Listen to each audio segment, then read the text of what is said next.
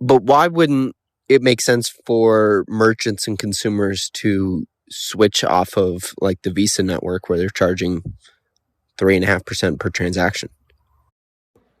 I mean, so they could always have switched to cash, right? And say that 3.5%. For 30 or 40 years now, that's the standard. No one dislikes it enough to switch. And at this point, the customers don't see it as a cost. The merchants don't like it, but they don't like anything. Like no customer likes the price going up, right? So really, there's just not a problem here to solve very well. I mean, you have Bitcoin. Why don't you, like when you go in to buy stuff, why don't you offer to give them like 3.5% less money if they'll take Bitcoin direct? Like, there's your answer. It's a big pain in the ass. It seems like it's likely a POS system like Square would offer to accept Bitcoin via the Lightning Network and transfer it instantly into whatever native currency the merchant is in.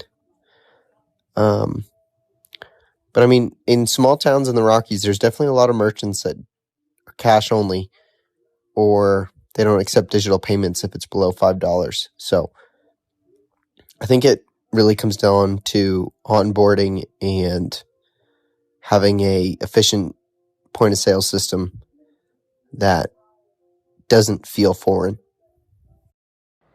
Yeah, it's just, it's a solution to a problem no one cares about, which is why no one's going after it, and it's not going anywhere. And that whole payment processing industry, I have some background in. I mean, it's the perfect number. The margin is big enough to stay in, not big enough to go in and try and aggregate or disrupt. And I don't think there's going to be any action here that is purely about just cost savings. Even if Bitcoin Lightning worked, it would not replace payment processing anytime soon. There are many reasons for this. One is just the deployment of terminals and credit cards versus how many people are using Bitcoin and how many Bitcoin accepted terminals are there. That kills it right there. Secondly, the processing fee of 2.2% or 2.5%, some of that goes into cashbacks for credit cards, so it's not really there to be had if you create a more efficient system. Some of it goes into credit risk, like is this person actually going to pay or not? I understand that goes away with Bitcoin because it's a bearer instrument.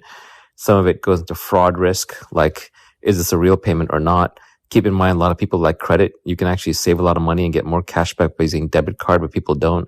So I just don't think that this money is there to be grabbed if you came in with the Bitcoin Lightning payment system. I think the credit card system is already quite efficient, and the toll that Visa and MasterCard take and American Express is actually quite small.